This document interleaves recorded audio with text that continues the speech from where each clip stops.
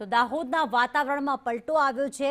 વરસાદથી અનેક વૃક્ષો દાહોદ જિલ્લામાં ધરાશાયી થઈ ચૂક્યા છે। સુખસરથી જાલોદ જતા રસ્તા પર વૃક્ષો ધરાશાયી થયા। વાહન વ્યવહાર પર તેની અસર પડી હતી।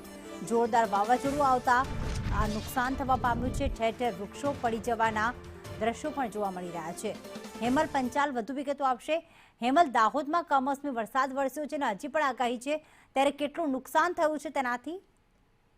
ચોક્કસ વાત કરીએ તો દાહોદમાં વહેલી સવારે અચાનક વાતાવરણની અંદર પલટો આવ્યો હતો અને હાલ પણ હવામાન વિભાગની આગાહી છે કે દાહોદની અંદર વરસાદ પડશે। ત્યારે જે વહેલી સવારે જે વરસાદ પડ્યો તો ભારે પવનના સુસવાટા અને વીજળીના કડાકા સાથે વરસાદ પડ્યો હતો। જ્યાં કેટલીક બાજુ પવનના સુસવાટા સાથે તેમજ બરફના કરા સાથે વરસાદ પડ્યો હતો, ત્યારે અનેક જગ્યાએ નુકસાનની પણ ભીતિ સેવાઈ હતી, જેની અંદર અનેક વૃક્ષો જે છે ધરાશાયી થયા હતા।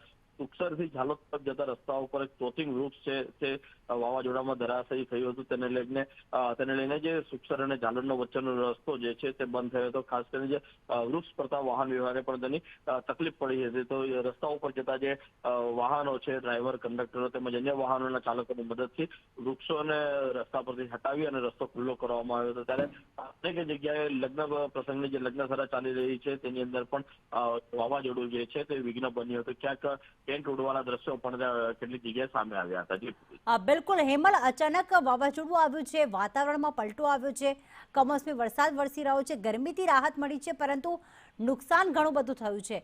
શું દાહોદમાં ખેતીના પાકને પણ નુકસાન થઈ શકે છે?